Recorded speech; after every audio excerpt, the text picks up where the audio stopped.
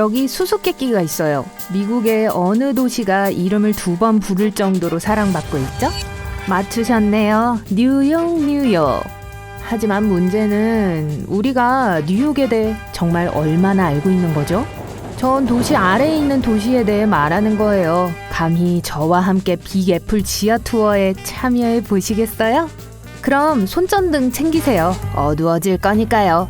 맨하튼의 중심부 로마네스크 시청 건물 앞에서 시작할게요. 믿거나 말거나 우리 발 밑에는 올드시티 홀역이라고 알려진 뉴욕에서 가장 오래된 지하철역이 있어요. 1904년 10월 27일에 개방되었는데 그날은 뉴욕 시민들을 위한 진정한 축제의 밤이었죠. 사람들이 아주 흥분했었어요. 일부는 밤새도록 기차를 타고 왔다 갔다 했어요. 이 이전에 도시 거주자들은 말이 끄는 마차를 타고 돌아다녔어요. 지하철이 이렇게 인기 있던 게 당연하네요. 올드시티역 안으로 들어가면 시간여행을 하는 것처럼 느껴질지도 몰라요. 건축물이 휘황찬란하고 독특해요.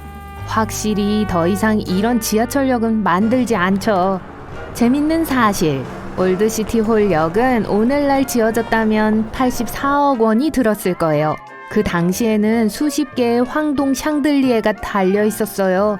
이곳은 마을에서 전기가 통하는 몇 안 되는 곳 중 하나였어요. 그리고 오늘날에도 볼 수 있는 새롭고 다양한 색의 타일로 된 아치와 스테인드 글라스 천장은 말할 것도 없고요. 인상적이죠? 선로를 따라 걸어보기로 했다면 기대해도 좋을 거예요.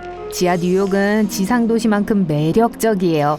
하지만 우리는 보통 빅애플이 기능하기 위해 필요한 것의 이면을 당연하게 여기죠.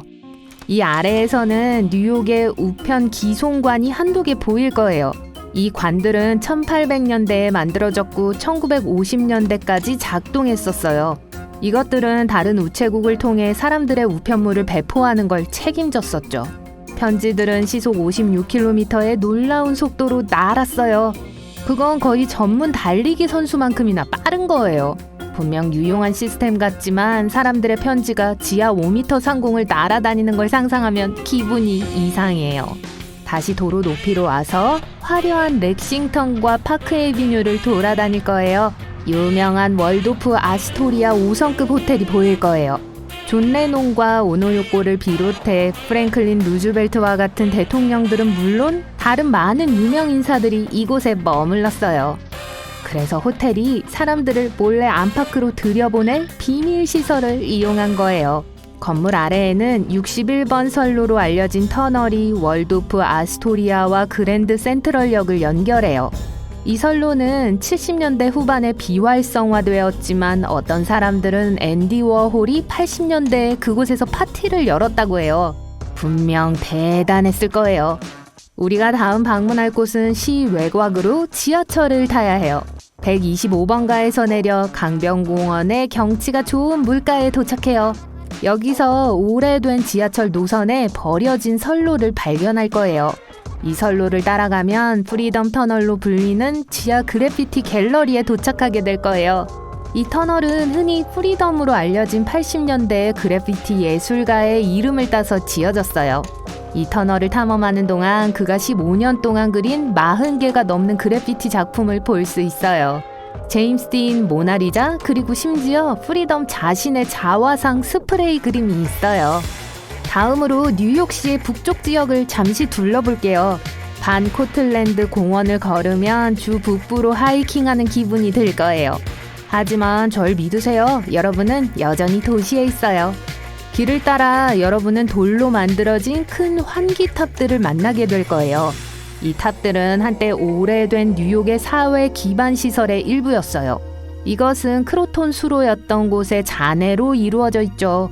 1800년대에 도시의 물 공급은 66km 길이의 지하 터널을 통해 흘렀어요. 뉴욕 북부 크로톤강에서 맨해튼 미드타운의 브라이언트 공원까지요. 맞다. 브라이언트 공원은 공원이 아니었다고 알려드려야겠네요. 대신 고대 이집트인들이 지었을 것과 거의 비슷하게 생긴 거대한 석조 구조물이 있었어요.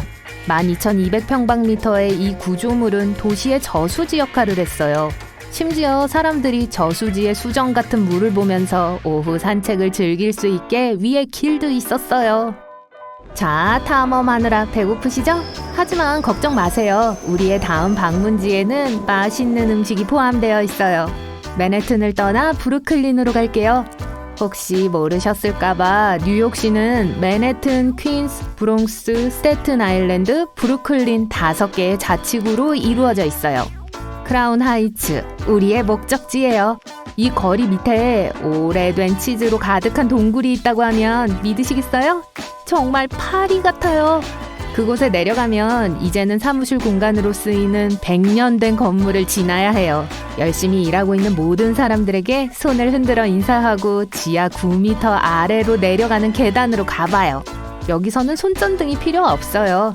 동굴은 밝게 개조되었는데 1000kg의 치즈를 보관할 수 있어요. 하지만 냄새는 날 수 있어요. 치즈 제조업자들이 애초에 치즈를 숙성시키기 위해 지하 터널을 사용하기로 결정한 주된 이유죠. 맛있는 치즈를 한두 입 먹고 나서 계속 가봅시다. 브루클린에 있는 동안 맥케런 공원 수영장에서 화창한 날을 즐기는 수많은 현지인들을 볼 수 있을 거예요. 수영장은 올림픽 수영장의 3배인데 엄청난 관광 명소예요. 여러분이 뉴욕 탐험가가 되어가면서 수영하러 갈 수도 있어요. 하지만 이 명소에는 훨씬 더 흥미로운 곳이 있어요. 수영장은 1900년대 초에 지어졌지만 50년대에 폐쇄되었어요. 이 기간 동안 도시 탐험가들은 수영장 바로 아래에 있는 지하터널 네트워크를 발견했어요. 그리고 물론 비밀 입구를 찾아서 직접 볼 수 있어요. 거기서 수영장의 여과와 난방 시스템뿐만 아니라 이곳이 버려졌을 때 그려진 그래피티를 많이 볼 수 있어요. 멋지네요. 이 질문은 이상하게 들릴 수 있지만 여러분은 뉴욕에서 소를 본 적 있나요? 전 확실히 못 봤거든요. 아마 그럴 만한 이유가 있을 거예요. 분명히 뉴욕에는 아직도 소를 운송하기 위해 건설된 지하 터널이 있어요. 일단 뉴욕이 자동차로 넘쳐나기 시작하자 소들은 교통에 부담이 됐어요. 뉴저지에서 운반된 가축들을 수송하기 위해 12번가 지하에 61m 길이의 소통로가 건설되기까지는 말이죠. 지금이라면 터널이 파괴되었을 가능성이 높아 이곳을 직접 방문할 순 없어요. 하지만 역사학자들은 이것의 존재를 증명하는 청사진을 발견했어요. 목록에 덧붙이자면 고고학자들은 얼마 전에 아주 특이한 화석을 발견했어요. 이제 도시의 땅을 파내는 걸 상상해보세요. 우선 40cm에서 전선층을 발견할 수 있을 거예요. TV 케이블, 전기 그런 것들 말이에요. 더 깊이 파면 5m에서 수도관과 하수관이 보일 거예요.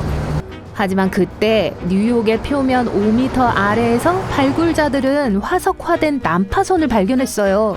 이 난파선은 한때 얕은 물이 있었던 브로드가 바로 아래에 위치해 있었어요.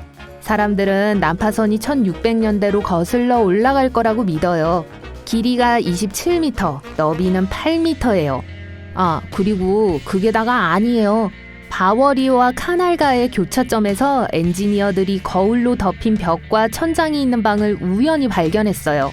그리고 아직 아무도 이 기괴한 장소의 존재를 설명하지 못했어요.